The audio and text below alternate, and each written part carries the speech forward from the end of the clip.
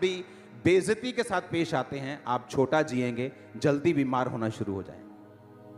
वचन में लिखा है, जब हमें ओपिनियन नहीं मालूम कि परमेश्वर क्या कहता है, हाय मम्मी आज ना मैनू सस ने आ क्या, तू थल्ले ना लगी, जे तू हुन थल्ले लग गई ना तो देखी फिर तेरा हाल की होना।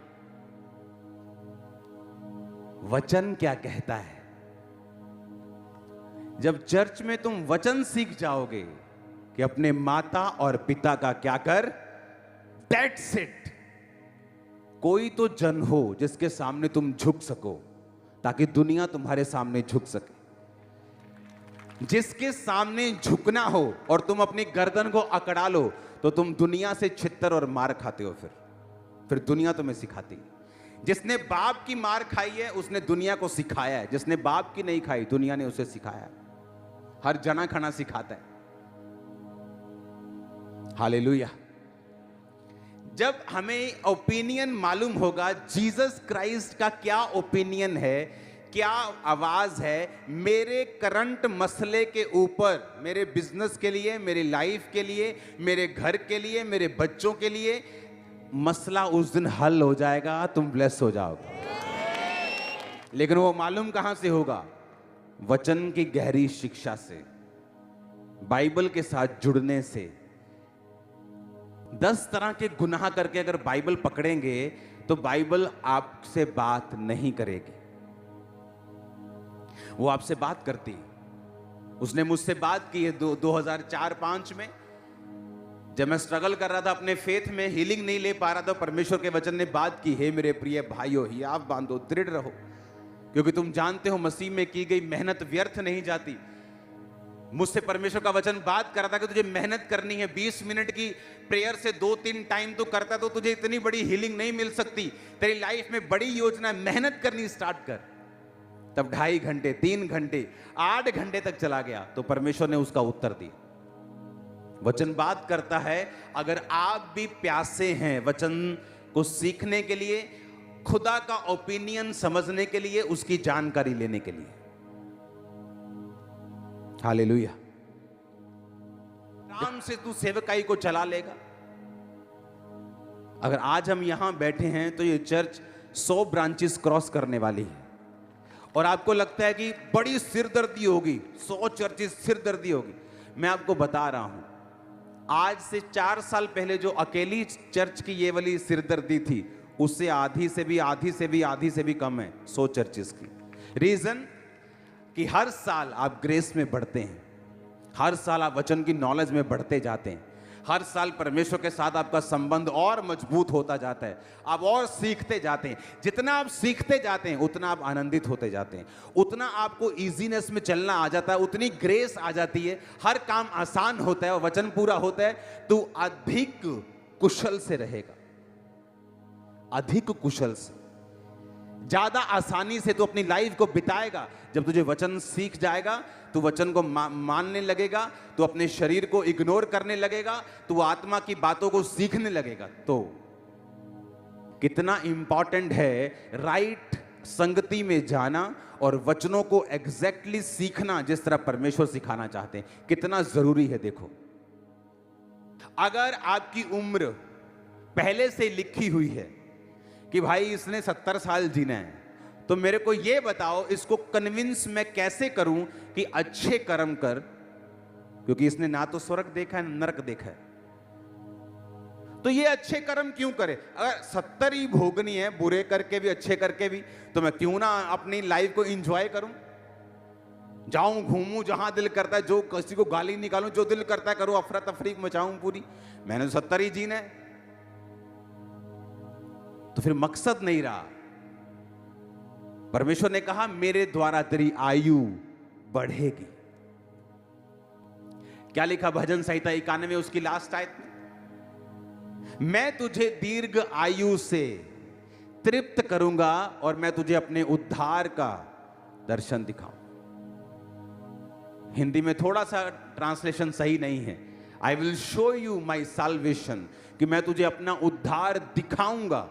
मतलब परमेश्वर चैलेंज कर रहा है। बोलता है ना, जब कोई बंदा बड़ा कोई बैक वाला होता है, बोलता है दसूंगा मैं कौन है, तो परमेश्वर चैलेंज कर रहा है, I will show you my solvation.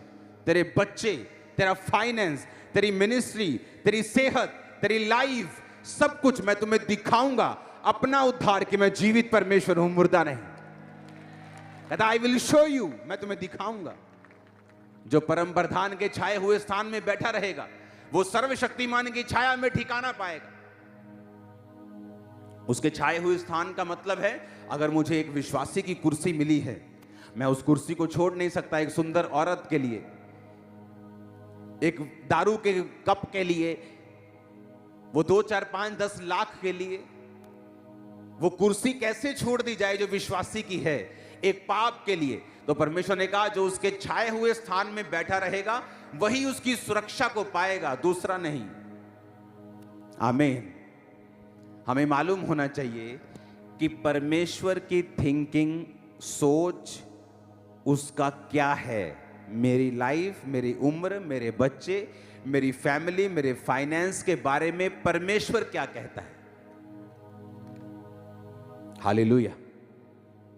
तो आपकी उम्र डिसाइडेड नहीं है, आपके परमेश्वर ने आपको चॉइस दी है। आप लंबा जीना चाहते हैं, थोड़ा जीना चाहते हैं, अच्छा जीना चाहते हैं, बुरा जीना चाहते हैं, पुष्ट रहेंगे। अगर आप इब्रानी भाषा में से पढ़ें तो उसमें लिखा, तेरी हड्डियों की ग्रीस कभी खत्म नहीं होगी। तो 70 का भी होगा तो पुष्ट होगा, तेरा शरीर भला और चंगा होगा।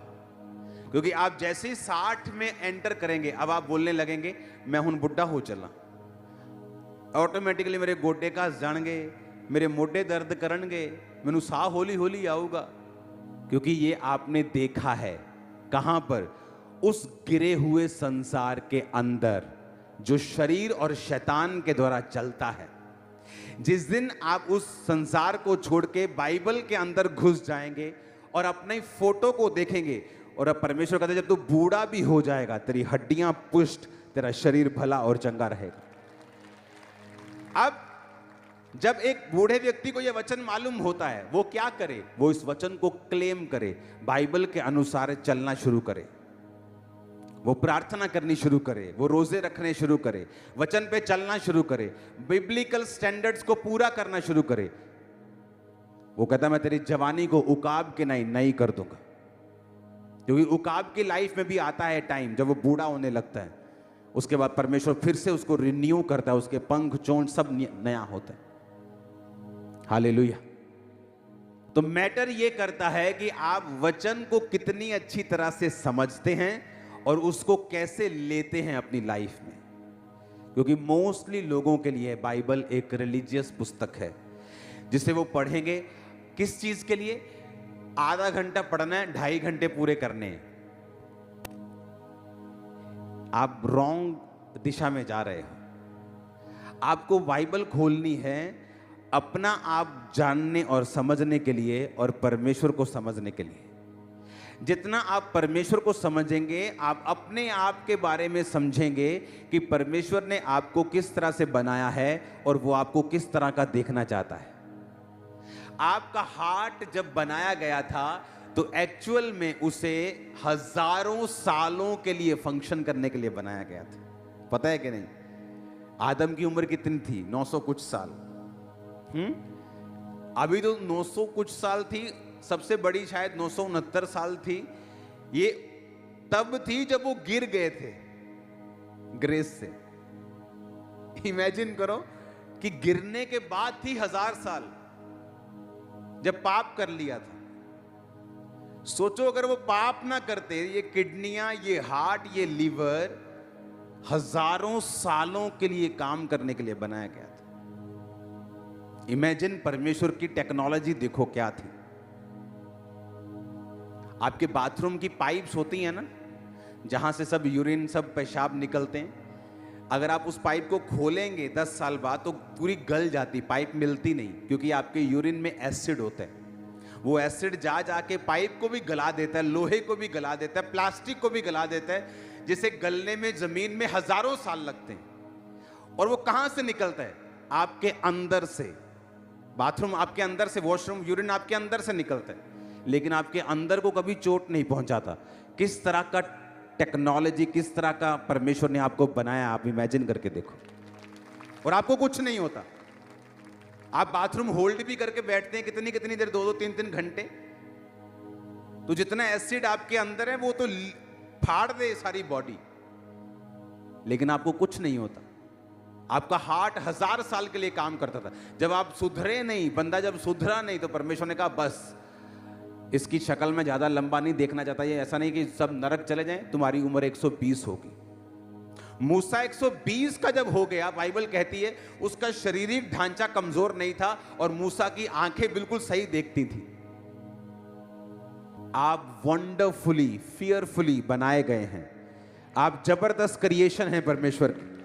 आप बूढ़े हों, आप जवान हों, कोई भी हों, जब आप बाइबल को पढ़ना स्टार्ट करेंगे और समझना स्टार्ट करेंगे, आप अपनी लाइफ में जीतना शुरू कर देंगे। वो फाइनेंशियल इशू हो, वो फिजिकल हो, वो मैरिटल हो, वो सेवकाई हो, वो कोई भी हिस्सा हो जिसके लिए आप बुलाए गए हो, आप एग्जैक्टली अगर आपको समझ आ गया कि प्रभु का ओपिनियन क्या है, परमेश्वर क्या सोचता है और शैतान क्या है और शरीर की आवाज क्या है। कितना इंपॉर्टेंट है बाइबल के साथ रोज समय बिताना। कितना बड़ा नुकसान आप अपना खुद कर रहे हो बाइबल ना पढ़ के। जब मैं अपने प्रेयर रूम में होता हूं और अगर मैंने बाइबल नहीं पढ़ी प्रार्थना के दौरान, मुझे कंप्लीट फील नहीं होता। मुझे जितने गहरे भेद आज तक परमेश्वर ने दिए हैं, वो अपने alone time with God, just परमेश्वर को समझने के लिए खुद अपने लिए बाइबल पढ़ता हूं जब मैं, तब परमेश्वर ने दिए। मैंने आपको बताया कि प्रीचिंग करने के लिए मैं बाइबल नहीं पकड़ता हूं कि मुझे ये सरमन देना तो मुझे बाइबल पकड़ूं, मैं सीखूं, मैं समझूं, फिर दूं। क्योंकि जो होली स्पिरिट जब आपको सिखाता है, आंखें खोल देता है वो आपकी। इमेजिन करो कितना बड़ा ट्रेजर, कितना बड़ा खजाना आप मिस कर रहे हो जब आप रोज बाइबल को समय नहीं देते हो। कितने लोगों के पास बड़ी बाइबल नहीं है, संपूर्ण बाइबल नहीं है? हाथ खड़ा करो। बड़ी बाइबल नहीं है जिनके पास, ले लो। ओके, नहीं तो आज मेरे पास होती, मैं फ्री बांटता हूं, आपको मालूम है। कोशिश करो लेने की, नहीं तो अगले संडे मैं दे दूंगा। हालेलुया। तो क्यों जरूरी है बाइबल? क्योंकि इससे आपको मालूम होगा। आपके दोस्त ने कुछ कहा, क्या कहा? क्या प्रभु के वचन में ऐसा लिखा है? जब आप सीख जाएंगे परमेश्वर के वचन में क्या लिखा है, आप जीतना सीख जाएंगे, आप अधिक कुशल से रहेंगे, आपकी आयु बढ़ेगी, वो आपके सीधे रास्तों को निकालेगा। उसने कहा कि वो तेरे लिए सीधा मार्ग निकालेगा, उसी को याद करके, सब स्मरण करके सब काम करना। आज लोगों की प्रॉब्लम यह है कि 40 के हो गए, 50 के हो गए, अभी तक सीधा मार्ग नहीं मिला। अभी तक सेटिंग ढूंढ रहे हैं, सेटिंग। अगर 30 साल के होने पर भी आप सेटिंग ढूंढ रहे हैं, तो भाई साहब प्लीज अपनी सेटिंग कर लीजिए। प्रभु के सामने रोइए, बैठिए, गिड़गिड़ाइए और सेटिंग कीजिए। आप मेरी बात समझ रहे कि नहीं? उसने कहा उसको याद करके सब काम करना, वो तेरे लिए सीधा मार्ग निकालेगा, तुझे बताएगा तुझे अपने लाइफ में क्या करना है, मैरिज में क्या करना है, अपने फाइनेंस में क्या करना है। तेरे लिए सीधा रास्ता वो निकाल के देगा जब तू उसको याद करके सब काम करेगा। उसको याद करने का मतलब वचन को याद करना, कि वचन दिमाग में होना चाहिए, दिल में होना चाहिए कि ये वचन में लिखा है कि नहीं लिखा। मैं यहां जाऊं कि ना जाऊं, अब मैं प्रेयर करूं, ये काम मैं कर सकता हूं कि नहीं कर सकता हूं। आप दुनिया को नाराज नहीं करना चाहते, आप उनके सारे त्योहारों को भी मानना चाहते हो और जीसस को भी खुश करना चाहते हो। ऐसा पॉसिबल नहीं। एक जना खुश होगा, या उनको कर लो या जीसस को कर लो, दैट्स इट।